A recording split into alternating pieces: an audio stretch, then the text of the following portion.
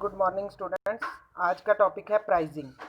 When ever we buy something we have to pay money in return which constitutes the monetary value of the product. जब भी हम कोई चीज़ खरीदते हैं तो उस चीज़ के बदले में हमें क्या देने पड़ते हैं? पैसे देने पड़ते हैं। तो वो उस प्रोडक्ट का क्या होता है? मूल्य होता है, प्राइसिंग होता है। Pricing refer to the process of deciding the price of a product. The price of a product represents the sum total of the value that a buyer expects to derive from owning or using a particular product.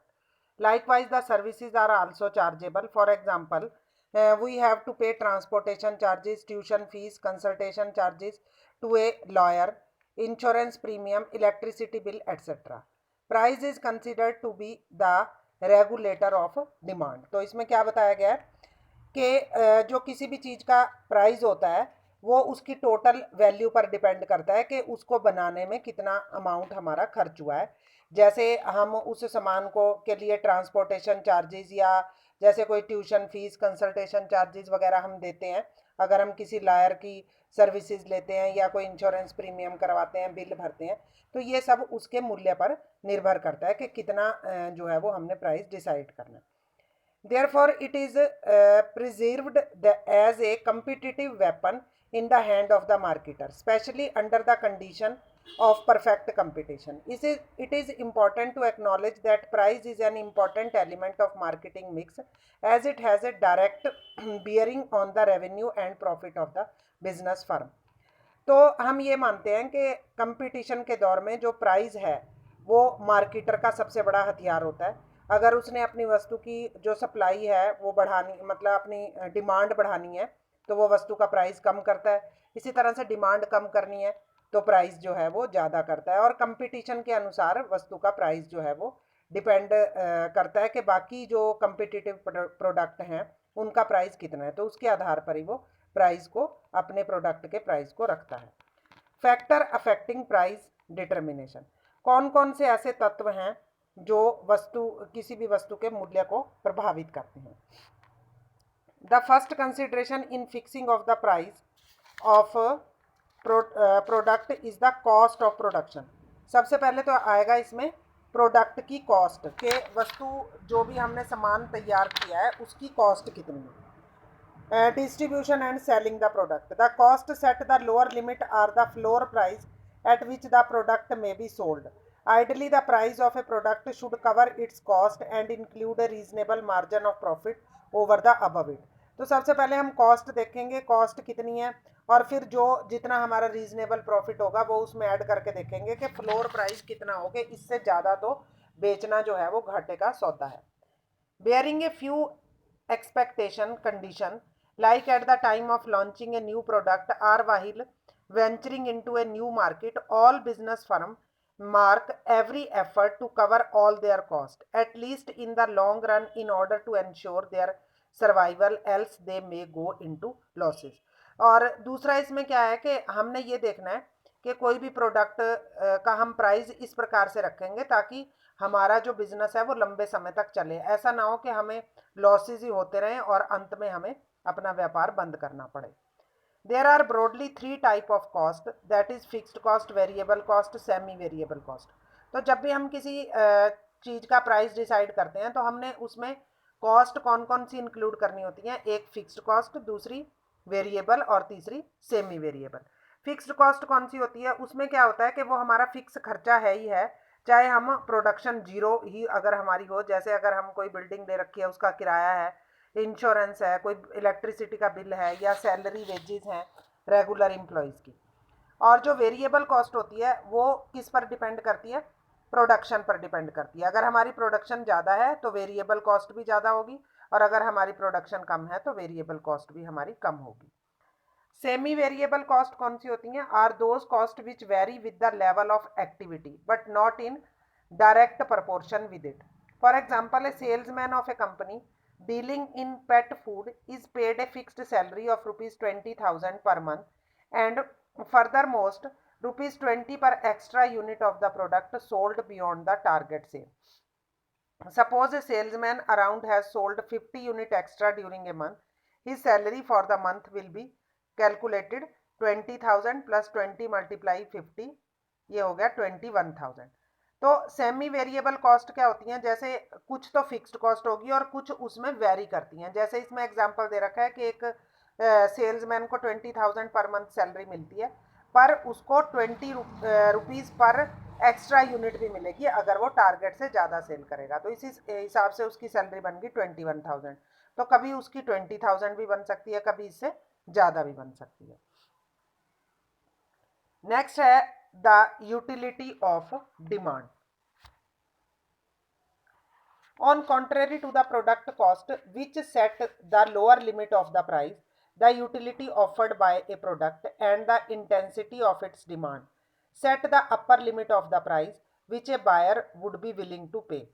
तो अब utility मांग की जो उपयोगिता है उसके आधार पर किसी भी प्रोडक्ट की लोअर लिमिट और अपर लिमिट डिसाइड होती है कि कम से कम कितने मूल्य में वो बेचा जाएगा और ज़्यादा से ज़्यादा मूल्य कितने मूल्य में वो बेचा जाएगा। Utility of a product refer to the benefit that the consumer is likely to derive through the use of product. तो उपयोगिता किस पर निर्भर करेगी कि किसी भी कंज्यूमर को उस प्रोडक्ट को परचेज करने से कितनी उपयोगिता प्राप्त हो रही है।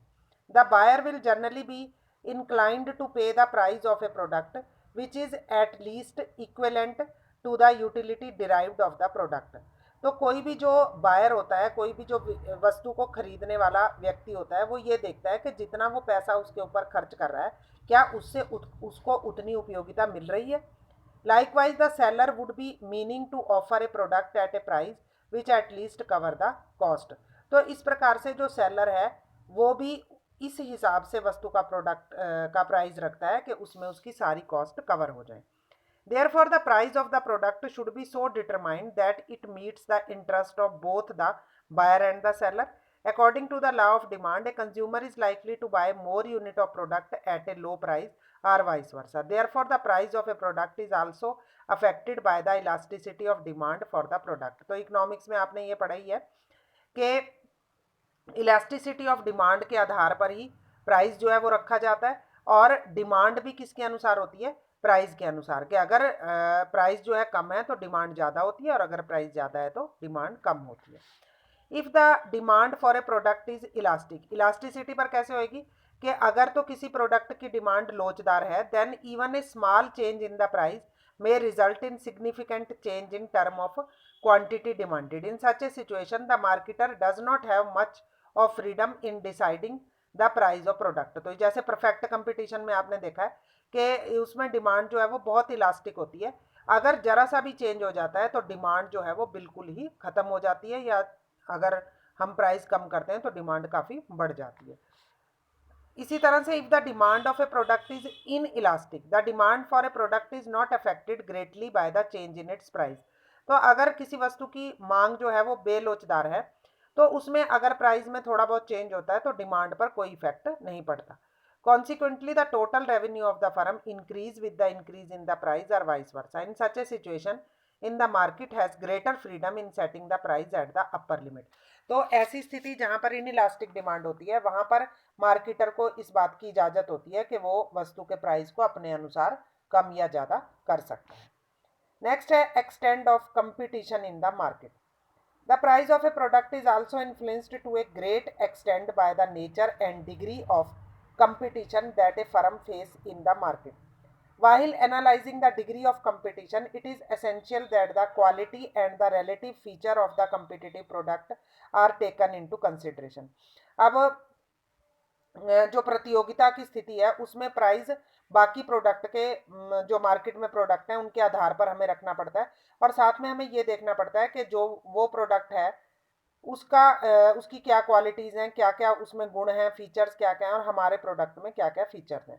If the level of competition in high, the firm is likely to fix the price of its product on the lower limit. whenever if the level of competition is low, the price of the product is likely to reach the upper limit. कि अगर तो competition बहुत high है तो lower limit के हिसाब से हमने प्राइस डिसाइड करना होता है, और अगर कंपटीशन का लेवल कम है तो अपर लिमिट के आधार पर हम प्राइस जो है वो डिसाइड कर सकते हैं। Government and legal regulation.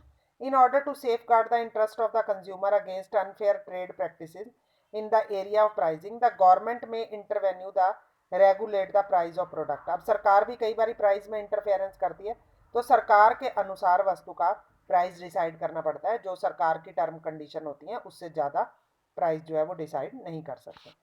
Pricing objective, the pricing objective that a firm seeks to realise in its target markets have an important bearing on the pricing decision.